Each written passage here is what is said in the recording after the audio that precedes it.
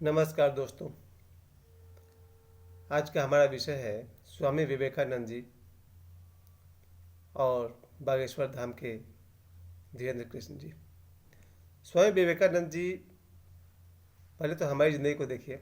हमारी ज़िंदगी yes sir जी हुजूर करते करते बीत जाती है। हम करते क्या है? साधारणतः हम लोग अपना ही पेट भरने से परेशान रहते हैं। किसी तरह से पढ़ लिख लें, कुछ नौकरी कर लें और फिर ज़िंदगी भर यस सर ओके बॉस करते रहे। लेकिन स्वामी विवेकानंद जी एक अमीर परिवार के तो नहीं थे, मध्यम परिवार के थे। उनके पिताजी के मरने के बाद उनको पता चला कि उनके घर के ऊपर कितना कर्ज है और विवेकानंद जी उस कर्ज को उतारने में ही आर्थिक रूप से बहुत परेशान रहे।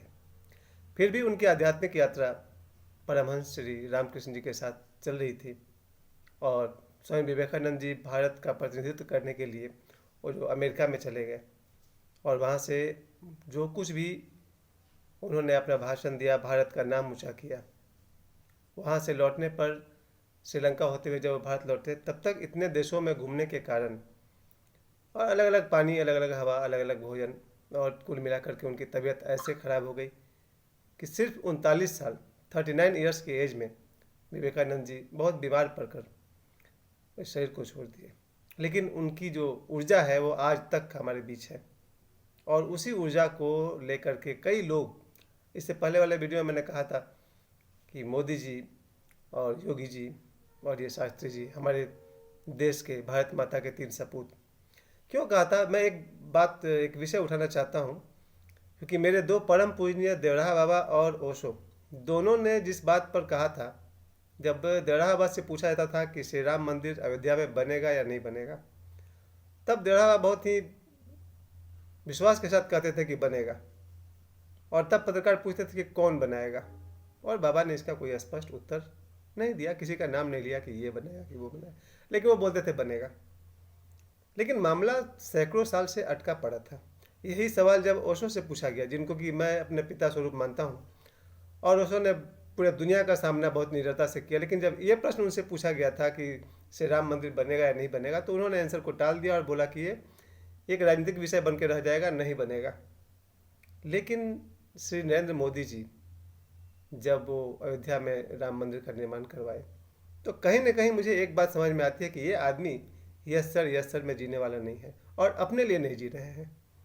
यही मेरा तात्पर्य था कि मोदी जी जो जी रहे हैं वो अपने लिए नहीं जी रहे, और हम सब अधिकांश लोग अपने लिए जीते हैं। शिक्षा अपने लिए, अपने परिवार के लिए, नौकरी अपने लिए, अपने परिवार के लिए, और बस अपने लिए जिए तो क्या जिए।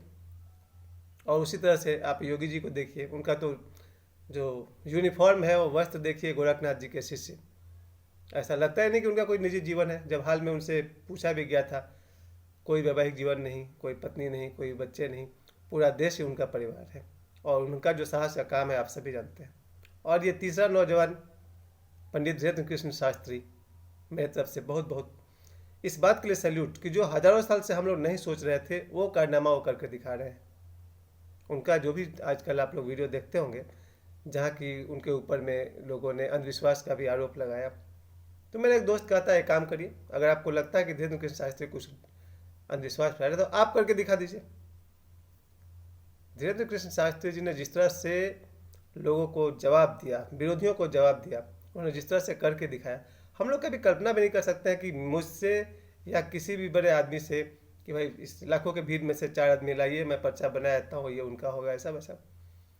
सर, धीरेन्द्र कृष्ण शास्त्री जी ने पूरे दुनिया को एक चीज़ दिखा दिया कि भारत और भारत के देवी देवताओं में या बालाजी हनुमान जी में कितनी शक्ति है। और यही विश्वास हम सब के अंदर अगर आ जाए कि हम सब भी उस अनंत शक्ति से जुड़े हुए हैं।